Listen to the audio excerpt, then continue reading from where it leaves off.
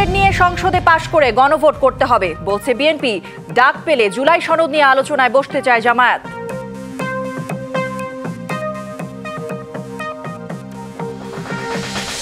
বৈষম্য বিরোধী আইন ছাড়া সুষ্ঠু নির্বাচন সম্ভব নয়, ভিন্ন মতকে আঘাত করার চেতনায় পরিপন্থী মন্তব্য দেবপ্রিয় ভট্টাচার্যের।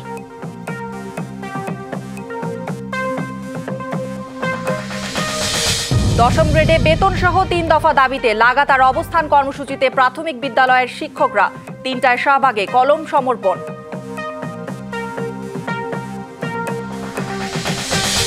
চলতি বছর ১ দশকের মধ্যে দেশে দৈনিক সবচেয়ে বেশি হত্যাকাণ্ড। জবাবদিহি ও আইনের সঠিক প্রয়োগ না থাকায় বাড়ছে অপরাধ।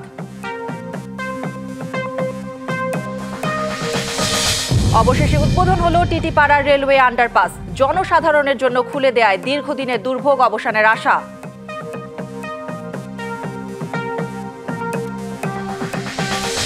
এবং গাজায় গণহত্যার অভিযোগে নেতানিয়াহু সহ ৩৭ জন কর্মকর্তার বিরুদ্ধে তুরস্কের গ্রেপ্তারি পরোয়ানা। ত্রাণ প্রবেশে বাধা দূর হচ্ছে না এখনো। জুলাই সনদ বাস্তবায়ন ও গণভোট প্রসঙ্গে রাজনৈতিক দলগুলো দূরত্ব কমার লক্ষণ নেই। ঐক্যে পৌঁছাতে অন্তর্বর্তী সরকারের ৭ দিনের আলটিমেটাম শেষ হচ্ছে আগামী সোমবার। এখনও দলগুলো আলোচনায় বসতে পারেনি। ৯টি দল বৈঠক করলেও জামায়াতের ডাকে সাড়া দেয়নি বিএনপি। এমন অবস্থায় গণভোট আয়োজনে আগে জনগণের ম্যান্ডেট নিয়ে সংসদে আসার তাগিদ দলটির।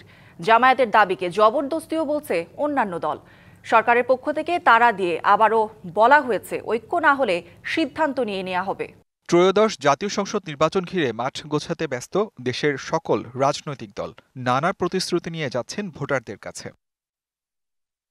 জনগণকে দেয়া রাজনৈতিক দলের প্রতিশ্রুতি বা নির্বাচনী ইশতেহার কেমন হবে তা নিয়ে বিশদ আলোচনা হয় শনিবার রাজধানীর একটি হোটেলে জনতার ইশতেহার বিষয়ে আলোচনায়। এতে অংশ নেন বিএনপি, জামায়াত সহ বিভিন্ন রাজনৈতিক দল ও সুশীল সমাজের প্রতিনিধিরা। বন্ধুরা, আপনাদের সবাইকে জন্য শুভেচ্ছা। বক্তাদের কেউ কেউ অভিযোগ করেন গণভোট নিয়ে জামায়াতের দাবি জবরদস্তিমূলক। নিয়মতান্ত্রিকভাবে 5 বছর পর পর সরকার পরিবর্তনের সুযোগটা বন্ধ করে দেওয়া হয়েছিল বলে এরকম একটা রক্তাক্ত অভ্যুত্থান করে জীবন দিয়ে আমাদেরকে একটা ফ্যাসিস্ট রেজিমকে আমাদেরকে বিদায় দিতে হয়েছে। জামায়াত বলছে জবরদস্তি নয়, অভ্যুত্থানের আকাঙ্ক্ষা ধারণ করে জুলাই সনদ বাস্তবায়নে নির্বাচনের আগেই গণভোট চান তারা। আমরা এমনকি রাজনৈতিক দলগুলোকে আহ্বানও জানিয়েছি, একটা পলিটিক্যাল পার্টি হিসেবে বলেছি, আমরা পাবলিকলি বলেছি আসেন, আমাদের মতদ্বৈততা ভিন্নতা থাকতে পারে, এটা যেন মতবিরোধ এবং আমাদের মধ্যে সেরকম অস্থিরতা তৈরি না করে যেটা দেশের জন্য ক্ষতিকর হয়। আর জুলাই সনদ বাস্তবায়নে রাজনৈতিক দলগুলোর ঐকমত্যের বাইরে যাওয়ার সুযোগ নেই বলে মনে করে বিএনপি। আমাদের যে বিষয়গুলো কনসেনসাসে আসে নাই, আমরা কিন্তু আগামী নির্বাচনে সেইগুলোরই আমরা জনগণের কাছে যাব এবং যে যতটুকু ঐক্যমত হয়েছে এটা তো আমরা বাস্তবায়ন করবই, আর যেগুলো তো ঐক্যমত হয় নাই সেগুলো আমরা জনগণের কাছে নিয়ে যাব।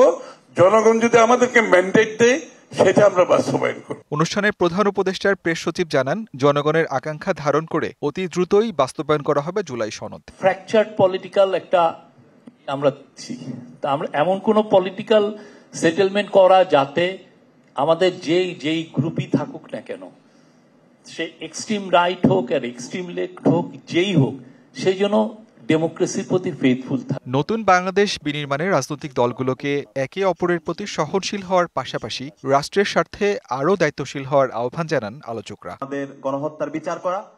আসিফ খান, ডিবিসি নিউজ।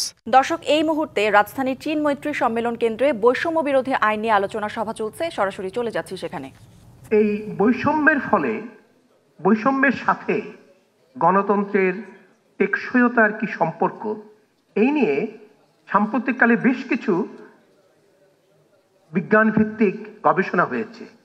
বিভিন্ন দেশের জরিপ করে মতামত নিয়ে শুনে অনেকগুলো আলোচনা হয়েছে। তার একটা ছোট্ট একটা সারমর্ম, একটা সামারি আপনাদের কাছে উপস্থাপিত করতে চাই। সবগুলো গবেষণা আমি যেগুলো দেখেছি তার সব মিলিয়ে যে চিত্রটা ফুটে আসে তাকে 3টি কথায় প্রকাশ করা যায়। 1 নম্বর হচ্ছে, যখন কাউকে জিজ্ঞেস করা হয় যে, বিশেষ করে যারা প্রান্তিক জনগোষ্ঠী, যারা নির্যাতিত, যারা বৈষম্যের শিকার, তাদেরকে যখন জিজ্ঞেস করা হয় তোমরা কি গণতন্ত্র চাও নাকি একনায়কত্ব বা স্বৈরতন্ত্র তোমাদের জন্য ভালো, সবার সাধারণ উত্তর আমরা গণতন্ত্র চাই।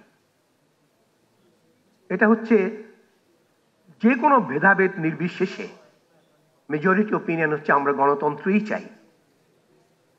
2 নম্বর, তবে বৈষম্যের কারণে অনেক সময় ধীরে ধীরে গণতন্ত্রের প্রতি আকর্ষণ কমে আসে, কিন্তু তার মানে এই নয় যে তারা স্বৈরতন্ত্রকে পছন্দ করছে।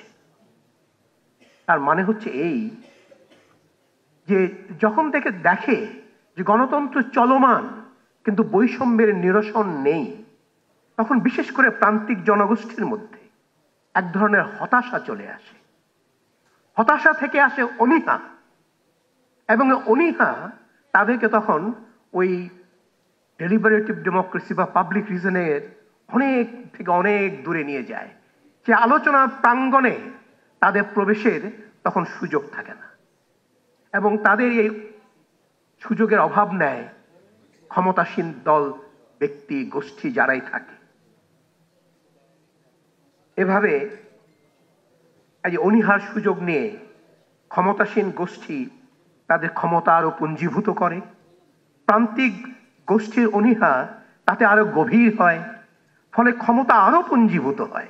10ম গ্রেড সহ 3 দফা দাবিতে লাগাতার অবস্থান কর্মসূচিতে প্রাথমিক বিদ্যালয়ের শিক্ষকরা। কেন্দ্রীয় শহীদ মিনার থেকে এ নিয়ে আরো জানাতে যুক্ত হচ্ছেন সহকর্মী ফরহাদুজ্জামান। ফরহাদ, শিক্ষকদের দাবিগুলো কি এবং অবস্থান কর্মসূচি নিয়ে কি বলছেন শিক্ষকরা, জানাবেন। নিচ্ছেন তারা বলছেন 10ম গ্রেড সহ আরো 2টি দাবি তাদের মানতে হবে, এবং এই দাবি না মানলে কিন্তু তারা কঠোর অবস্থানে যাবেন। ইতিমধ্যে তারা ঘোষণা দিয়েছেন আজকে 3টা থেকে 3:30টার মধ্যে তারা শাহবাগে যাবেন। সেখানে তারা কলম যে কর্মসূচি রয়েছে সেই কর্মসূচি পালন করবেন, এবং এখানে আমরা বিভিন্ন রাজনৈতিক দলের নেতাদেরকে আসতে দেখেছি, তারাও এই দাবির সাথে সংহতি জানিয়েছেন, এবং আজকের মধ্যে শিক্ষক নেতাদের সঙ্গে এই একাত্মতা ঘোষণা করে তাদের দাবিগুলো পূরণের আহ্বান জানিয়েছেন তারা। আমরা দেখেছি এখানে এনসিপির যুগ্ম আহ্বায়ক এসেছিলেন, তিনিও এই দাবি জানিয়েছেন। এছাড়াও বিভিন্ন রাজনৈতিক দলের নেতারা এসেছেন। শিক্ষকরা বলছেন তাদের এই 10ম গ্রেড দাবি শুধু তাদের শুধু আর্থিক ব্যবস্থা না, তাদেরকে সম্মানের একটা বিষয়। তারা বলছেন যে অন্যান্য গ্রেডের যেখানে শিক্ষকরা সহ অন্যান্য গ্রেডের যারা রয়েছেন তারা কিন্তু এর থেকে বেশি সম্মান পাচ্ছে। বিশেষ করে অন্যান্য ড্রাইভাররাও কিন্তু 12তম গ্রেডে যাচ্ছেন।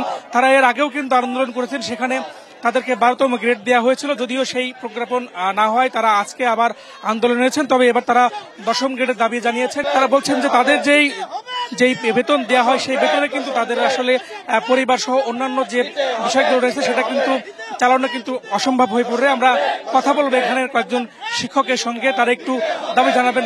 আপনারা একটু বলবেন যে আজকে আপনারা এখানে কতক্ষণ অবস্থান করবেন এবং দাবি না মানা হলে আপনারা কি কর্মসূচি দেবেন? দাবি না মানলে আমাদের নেতাদের নির্দেশে আমরা আরো কঠোর কর্মসূচি ঘোষণা করতে বাধ্য হব। আমাদের প্রশাসনের কাছে আমাদের একটাই আবেদন, আমাদেরকে শিক্ষকরা যাতে আমরা রাজপথে না থাকি, দ্রুত পদক্ষেপ নিক প্রশাসন। শিক্ষক কেন 3য় শ্রেণী থাকবে?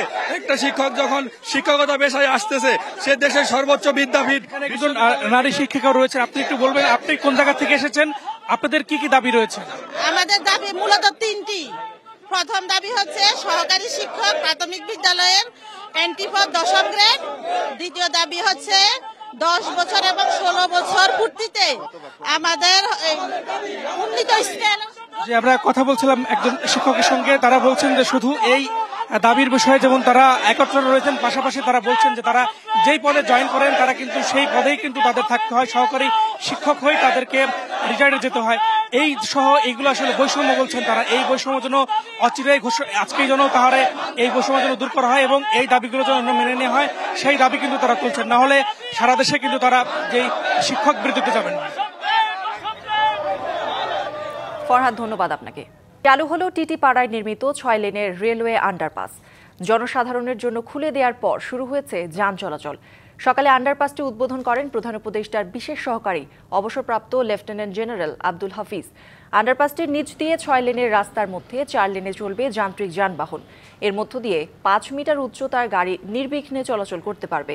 আর দুই পাশে রিকশা, সাইকেলের আলাদা লেনের পাশাপাশি পথচারীদের জন্য রাখা হয়েছে ফুটপাত। ফলে মানুষের দীর্ঘদিনের চরম দুর্ভোগ আর ট্রেন এলেই রেল ক্রসিংয়ে ঘণ্টার পর ঘণ্টা সময় নষ্টের অবসান হলো।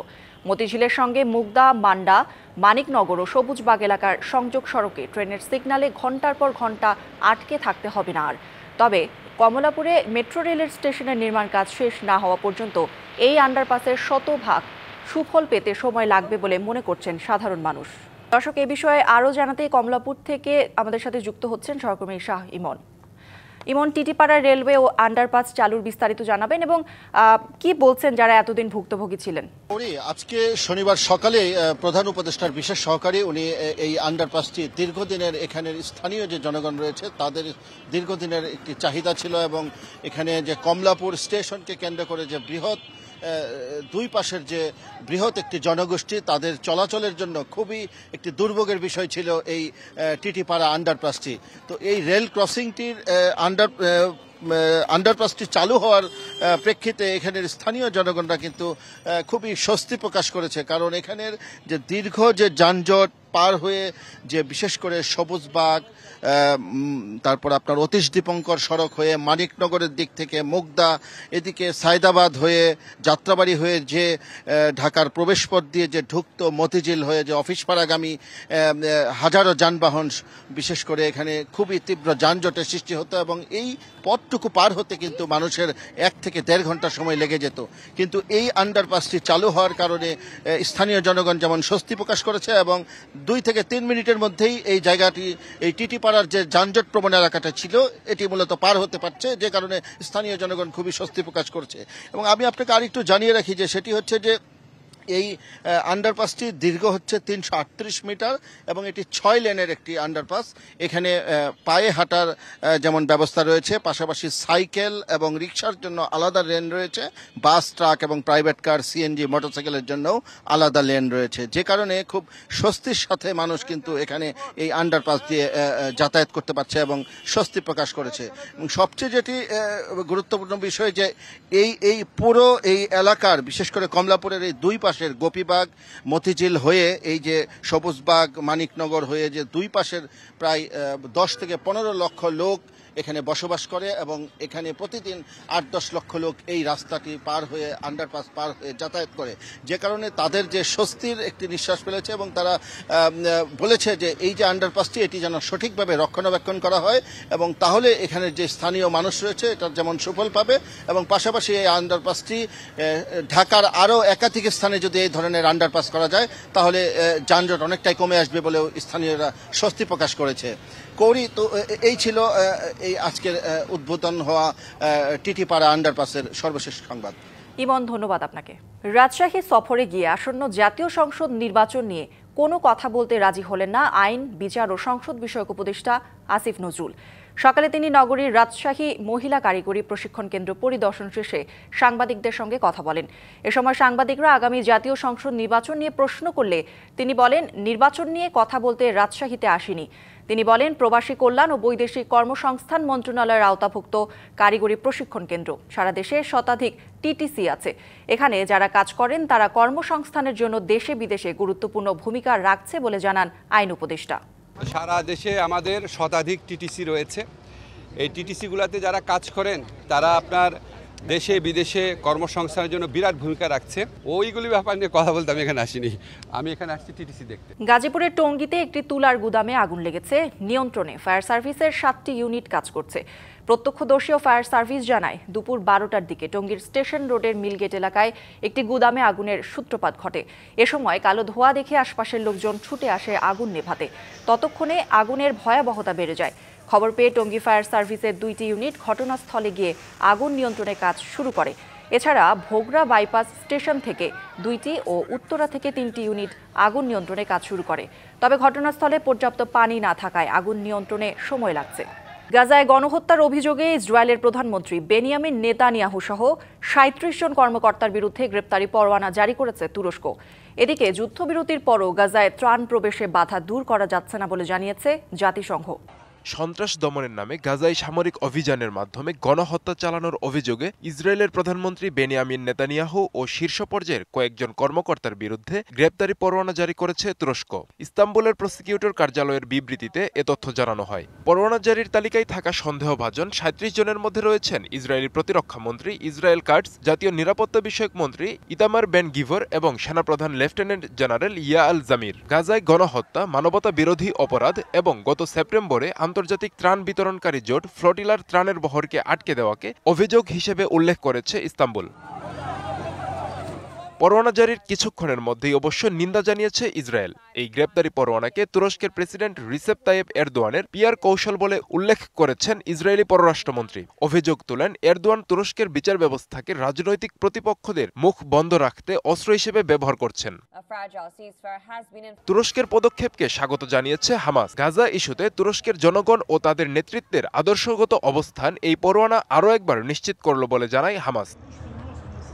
খাদ্য, পানি, ঔষধ ও অন্যান্য জরুরি সরঞ্জামের তীব্র সংকটে ভুগছে গাজাবাসী, যার মূলে রয়েছে ত্রাণ প্রবেশে ইসরায়েলের আরোপিত নিষেধাজ্ঞা। জাতিসংঘের মুখপাত্র ফারহান হক জানান, যুদ্ধবিরতির পরও গাজায় ত্রাণ প্রবেশের বাধা দূর করা হচ্ছে না। মাত্র 2টি সীমান্ত দিয়ে প্রবেশ করছে ত্রাণ।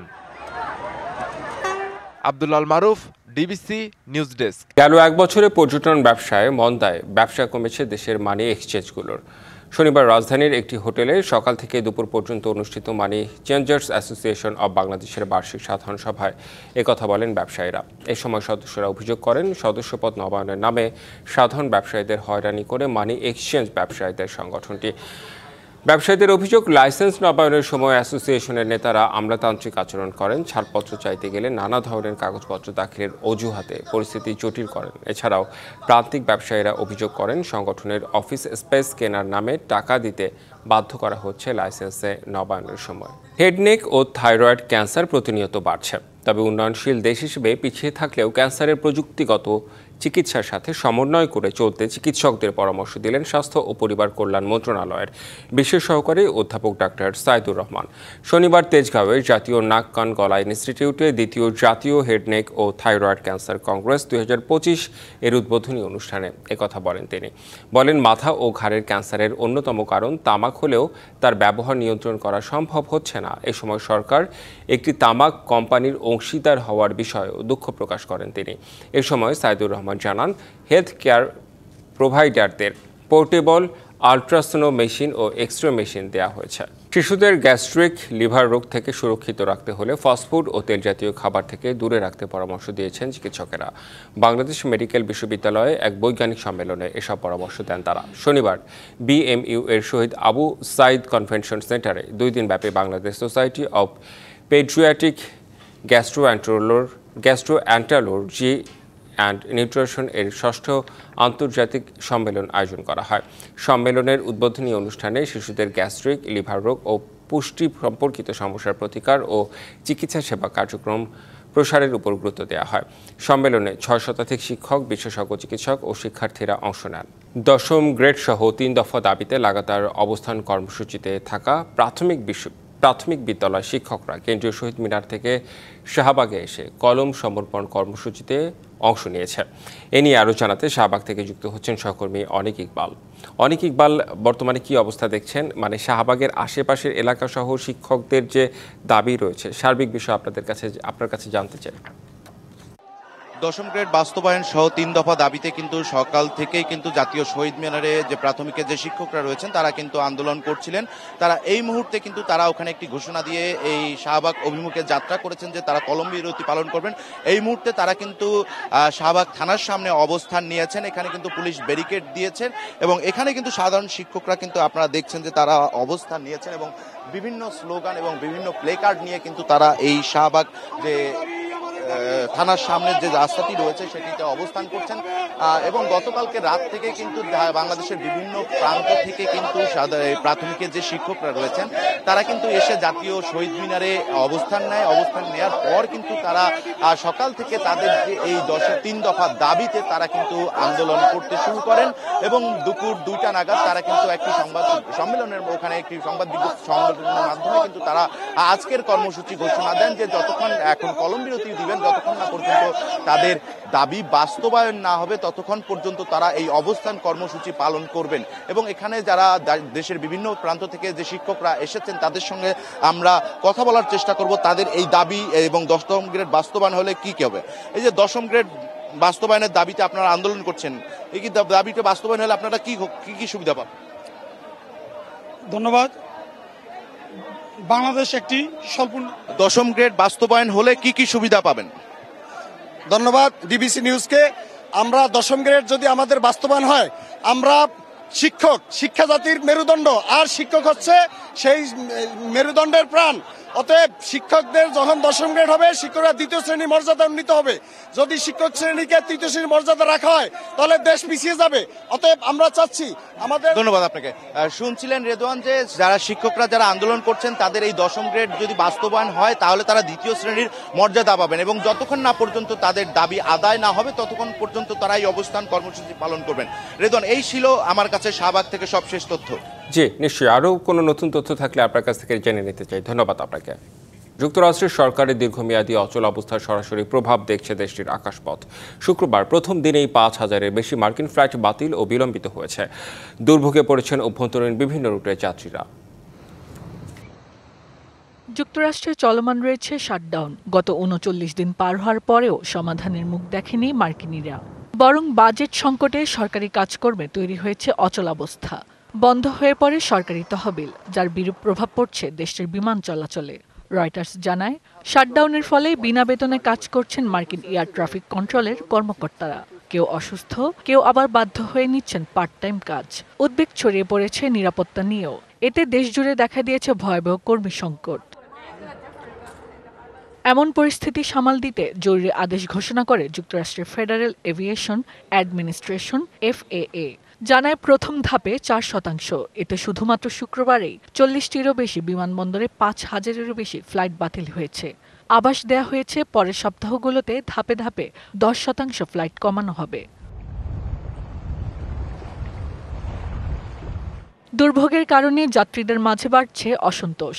ফ্লাইট বাতিলের খবরে বিকল্প পথ খুঁজছেন তারা। কয়েকশো ডলার খরচ করে কিনতে হচ্ছে ট্রেনের টিকিট। সামনে ছুটির দিন আসছে, এভাবে চলতে থাকলে বড় ধরনের বিশৃঙ্খলার মুখে পড়ব আমরা। সরকারের উচিত এটা দ্রুত সমাধান করা। কয়েক ঘন্টা ধরে অপেক্ষা করছি, জানি না আমি আজ ক্যালিফোর্নিয়ার উদ্দেশ্যে যেতে পারবো কিনা। এরই মধ্যে স্থানীয় সময় শুক্রবার লাখো ফেডারেল কর্মীদের বেতন পুনরায় চালু করার একটি আইন হেরে গেছে সিনেটে। 60 ভোটের মধ্যে 53টি ভোট পড়ায় ডেমোক্রেটদের কাছে হেরে যান রিপাবলিকানরা। ডেমোক্রেটরা কি বধির? তারা কি মানুষের এই পরিস্থিতির কথা শুনতে পাচ্ছে না? এই শাটডাউনের দায় সম্পূর্ণ তাদের। সরকারি অচলাবস্থা যতদিন চলবে শুধু বিমান চলাচল নয়, অন্যান্য সরকারি খাতেও বাড়বে দুর্ভোগ। Hasna Akter, DBC news desk. সংবাদ এই ছিল এখনকার মতো। ডিবিসি নিউজের সংবাদগুলো পড়তে ভিজিট করুন dbcnews.tv আর ভিজিট করুন ডিবিসি নিউজের ফেসবুক পেজ এবং ইউটিউব চ্যানেল। সঙ্গেই থাকুন।